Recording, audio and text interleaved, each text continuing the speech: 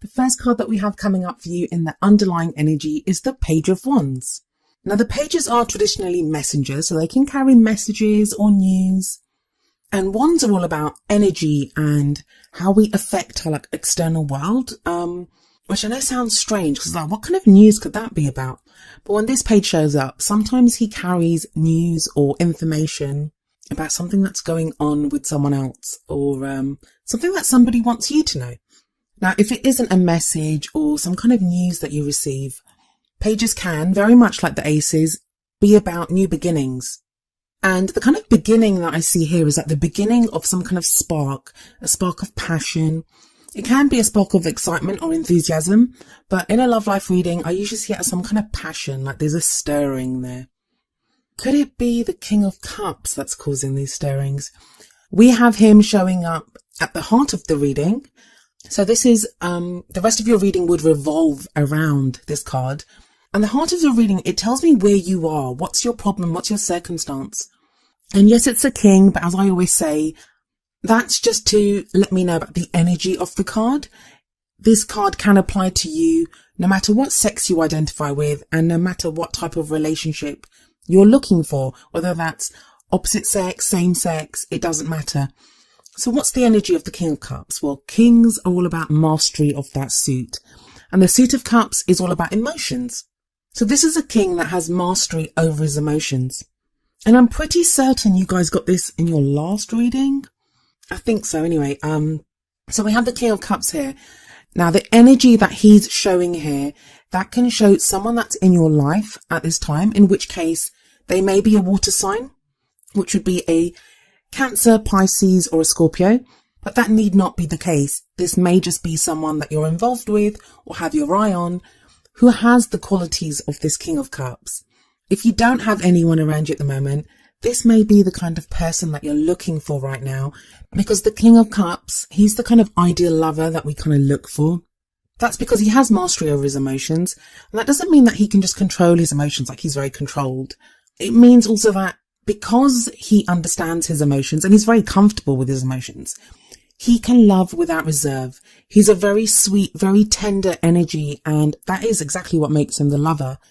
So it may be at this time that the person that you're with in your relationship, you may want them to be more like this, or they are being more like this. You may be exhibiting this energy, even though you are Libra and you'd usually come up as swords. It may be at this, I mean, you are Librans, come on. It may be that you're feeling extra loved up and feeling more love.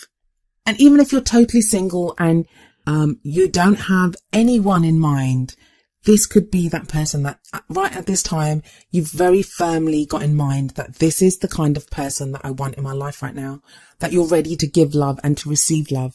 But I have a feeling that for a lot of you, that this is a person that's or someone that's already in your life. And if they're not already in your life, they're going to be in your life very soon. But I'll get to that in just a moment. The next card that comes up as a past energy is the Six of Swords. And the Six of Swords is, it can talk about an actual journey. So where you've traveled somewhere, you've traveled over, it could be overseas because there is water involved in the image. It need not be, it could show some kind of journey. But the journey that this card shows isn't always a physical journey. It can be an internal journey, an emotional journey, a mental journey. The main message of this card is going from rough seas to calmer waters. And if we look at the card, we see the water represents emotions. And even with the moon here, I mean, the moon in this card, that to me talks about confusion. Like you may not even be, or you may not have been sure of the journey while you were on it, but you still took it, Libra. You took that journey. Your journey involved, it wasn't an escape. It wasn't a journey about escapism. It wasn't about getting away from something, because we very clearly see that this woman has 6 swords in her boat. Now the swords, they can represent a kind of low level of sadness. They can represent worries or stresses or the difficult emotions that, they're swords. So they're the difficult thoughts that we've had. And they always represent for me the baggage that we take with us, that no matter what our experience has been, those experiences leave us changed, and they can be a low level of grief, of sadness, or just, difficult kind of issues that we have that are born within us. But we still take them with us because they leave us changed. That's like the emotional baggage that we carry with us when we go from one relationship to another relationship, or when we've dealt with a difficult experience. But hats off to you, Libra. You took that journey. And I think we all saw that journey because it played out in your last few readings that I did. You've not had an easy time of it. That very clearly showed up. Sixes are about balance, and this is about restoring balance. Like, in some ways, this internal journey that you've been on, it has restored balance to you in so many ways. And this is why you now led to the present, where we have the Ace of Pentacles. And quite a few people have been getting the Ace of Pentacles. Like, a few of the signs have gotten it. And the Ace of Pentacles is a card about new beginnings, and pentacles are all about, they can be about practical things like finances, a new job, a lump sum of money, savings, all those types of things. Anything practical the pentacles represent. But in a love life reading, for me, I always see the pentacles as something that we have of value, something that we value, like we'd value a house or like our money. And I think, I don't know whose reading I was saying this in. I think it was, I don't know. I think I've said it in quite a few readings, but I always like to see a relationship kind of beginning or having the Ace of Pentacles in a love life reading, because I believe it's such a good, solid foundation for a relationship. Now, I say it's a new beginning. That doesn't mean if you're in a relationship that your relationship's going to end and you'll start a new relationship. Not at all. It may have been that if you've been in a relationship and you've had these problems with your partner, that's where the Six of Swords were. Maybe you've worked through them together, or maybe you've looked at how you've been at fault in that and dealt with your own issues at your end. But what that has done is it has given you this very solid new beginning that you can have with your partner. Now, if you're single, it's the same thing.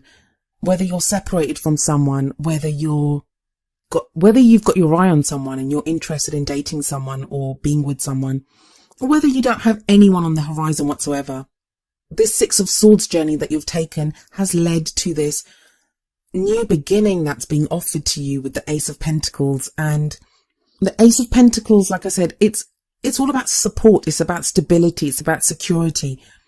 So relationships that usually begin with the Ace of Pentacles, or re-begin if you're already in a relationship, they have the promise of lasting the test of time, because they are built on a very firm foundation. And this is a very firm foundation. It's where you have the practical needs of the relationship very much at the forefront. You get very practical about it. And I know that doesn't sound very romantic, but with the King of Cups energy, you're not lacking in romance. And this Pentacles energy just helps to support that and add that stability. Now, you've got the Ace of Pentacles right underneath the Page of Wands, and both of them, like I said, they both represent new beginnings. So this is a new beginning, very much a new beginning, whether you're in a relationship or not. It is like if you're in a relationship, it's a new lease of life that's coming in for you. And that leads to the Two of Cups in the future, and that's just a beautiful card. It's often seen as the soulmate card, or twin flame, or divine partnership, or whatever it is that you want to call it. I mean, everyone seems to have their own name for whatever kind of sacred partnership they see themselves in, and that's fine. This card can very much denote that. So if you're in a relationship already, this could show that you'd connect better than you have probably ever connected. This is a future energy, and time-wise, I mean, timings are kind of strange in the tarot, and they've been extra strange this time because it feels like everyone's looking ahead. Like the past card, usually it would just indicate the month before. And in your case, it could be because you guys did have a difficult December, because that's what we are. It's the new year energy. We are looking back over the year we've just had and projecting forward, seeing what we want from the year ahead.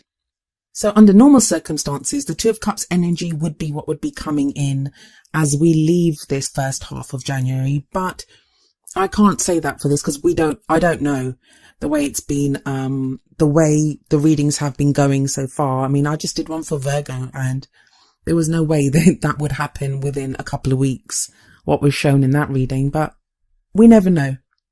But back to your Two of Cups, back to your soulmate card. At its very core, what this card shows is a relationship of support, of love, where you feel supported and you give support. It's that very beautiful connection between two people. And it's that feeling of a fated love. And it seems to arise totally out of the Ace of Pentacles, and there's nothing to show it won't succeed, especially as it's built on the foundation of the Ace of Pentacles. The card that we have coming up in your crowning position, and the crowning position is, now for me, this would be the energy that's coming in around the middle of the month as we're leaving this first half of January. It's the Judgment card. And it's very much about facing the future without fear. That's what I'm seeing here. It's the phoenix rising up from the ashes. It's having looked back over your past, having accepted everything that's happened. You're able to forgive any kind of trespasses against you, but you're also able to forgive yourself. I mean, sometimes we can hold guilt within ourselves. That's just as important a message of this card as forgiving other people. It's to be able to forgive ourselves. And like I said, it is the phoenix rising up from the ashes, and we see an angel in the Judgment card, and that speaks to me of like divine protection, divine guidance. So even though I said that the Two of Cups may be further along the year, like the timings have been strange, this would speak very much to the Two of Cups, that maybe you're being guided to this relationship as early as the middle of January. Now, for those of you that have been waiting to hear from someone from your past, Judgment card can show that. It can show someone coming back from the past. Now, we will be out of the Mercury retrograde phase. Mercury will be direct by the middle of January, but we will still be in the shadow period. So this may have something to do with that.